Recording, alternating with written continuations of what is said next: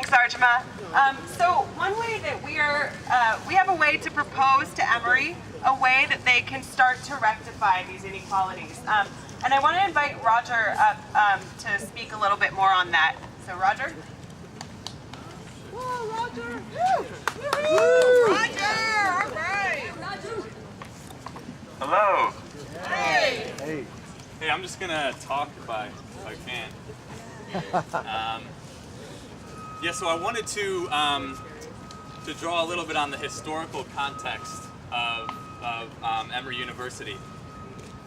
One of the things that's come up recently is one of the medical professors here at Emory University, Dr. Scott. He's recently asked Emory University to formally apologize for slavery, for the role that it played in slavery.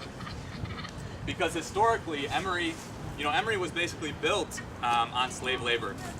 And many of the buildings here, like Whitehall, actually Bishop Emory, they were slave owners. And actually, Whitehall over here, he was against desegregation, and he was against having black students to be welcome onto our campus. So Emory University really has, a pretty dirty past. And so something that happened in 1969.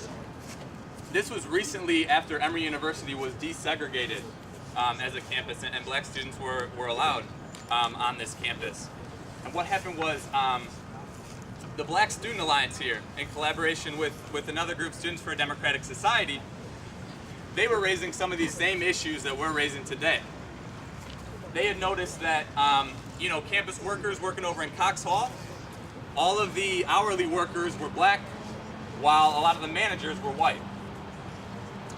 Furthermore, they noted that when the workers tried to form a union to better their wages, to stop the cycle of poverty, it turned out that the workers over in Cox Hall in 1969, they were fired. They were fired for this union activity. So what the Black Student Alliance did then was that they occupied Cox Hall. They told people, don't eat here because you're supporting a racist institution. You're supporting poverty by eating here. And one thing that we found is that in 1969, the Black Student Alliance made big gains. They made institutional changes. Emory started implementing things like a Black Studies program and like the multicultural office here on Emory's campus. Yeah. That's what we have today, actual policy changes that started to change the culture here at Emory. Yeah. However, I think it's a bit sad that today, in 2010, we're running into a lot of the same issues. The same thing that the Black Student Alliance and other students fought for in 1969, we're running into the same issues now in 2010. Workers on our campus are still living below the federal poverty level. Workers on our campus still depend on food stamps. Most workers, campus food service workers, do not have basic health insurance. In the home, this university has the it's like the 22nd best medical service provider in the nation. And workers on our campus cannot even get access to health care for their families.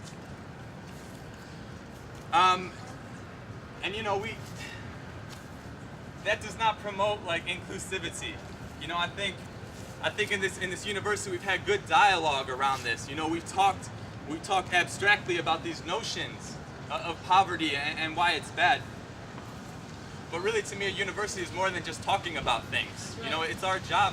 It's our job to promote community, to promote inclusivity, and to actually do things, to try and change the culture, to try and change policies within our university, to make concrete steps, not to just apologize for slavery with words, but actually do something, change the conditions in people's lives. So one of the things that we've proposed to Emory University is to implement a labor code of conduct. All right. That's right. And this is something, it's not just words, it's concrete.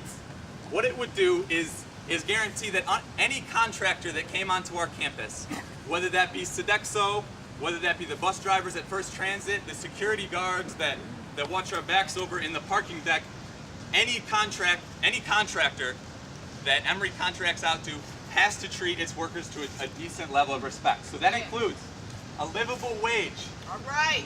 A livable wage for single mothers that have children.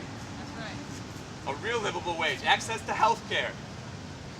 It includes access to transportation, because people who are employed directly by Emory University, they get a free MARTA pass every month, while subcontracted workers do not. They do not get access to public transportation. The low-wage workers on our campus who most need it do not have access to this basic transportation. Furthermore, we want to guarantee the right to organize a union, freedom of intimidation. Yeah. Because what we've seen on this campus, on Emory's campus, in the home of Atlanta and Martin Luther King, there's still anti-union intimidation going on. Last year, Sodexo brought in anti-union lawyers to tell the workers, low-wage workers on our campus that are fighting for better wages, that are fighting to stop the cycle of poverty. They brought in people to tell workers on our campus not to join a union. Who pays for those lawyers? That's a great question. Don't y'all pay tuition? Exactly. We do. Yeah. We do. They're happening at GSU right now too. For sure. Actually, yeah, just 2 days ago, Sodexo, this company, brought in anti-union lawyers to go speak at Georgia State. Last Monday, a worker over at Morehouse College, a cafeteria worker, working for Sodexo, just got fired. And she got fired because she was standing up, trying to stop the cycle of poverty. She was standing up for herself, and that's why she was fired. So, in the spirit of unity, I mean, we want to create an inclusive campus community. And like I said, not just talk about these things, but really make concrete changes. We have to start changing the culture on our campus. From here, we can permeate out into the community. We can't just talk about it in the classroom. It's got to be the lifeblood of our institution. It's got to be on our campuses, on our streets, in our homes, in our cafeterias, everywhere.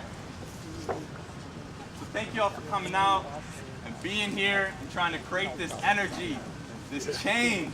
I like it. It's beautiful. Thank you.